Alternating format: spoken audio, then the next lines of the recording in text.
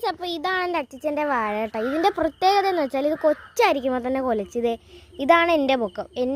ഇത്രയില്ല കേട്ടോ, ഇതാണ് എൻ്റെ പൊക്കം.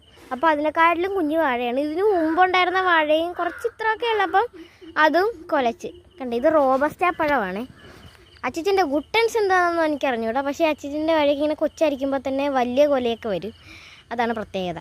പിന്നെ ചിലരെ കുറേ പേരിങ്ങനെ വാഴയെന്ന് വിളിച്ച് കളിയാക്കാറുണ്ട്. അപ്പോൾ അവർക്ക് സങ്കടം വരും. ഓക്കെ, പക്ഷേ ശരിക്കും സങ്കടം വരേണ്ടത് വാഴക്കല്ലേ. കാര്യം ഇത്രയും വാഴയുടെ എല്ലാ സംഭവവും നമ്മൾ ഉപയോഗിക്കും. അതായത് ഇതെടുത്ത് നമ്മൾ തോരൻ വെക്കും, ഇതെടുത്ത് നമ്മൾ പച്ച ചിപ്സ് ഉണ്ടാക്കാൻ എടുക്കും, പിന്നെ പഴുത്ത പഴം കഴിക്കും, പിന്നെ ഇതിൻ്റെ ഇലയെടുത്ത് നമ്മൾ സദ്യ കഴിക്കും, ഈ നാരെടുത്ത് നമ്മൾ മാല കെട്ടാൻ എടുക്കും, പിന്നെ വാഴപ്പിണ്ടി എടുത്ത് തോരൻ വെക്കും, പിന്നെ കരകൗശല വസ്തുക്കളൊക്കെ ഉണ്ടാക്കാൻ എടുക്കും.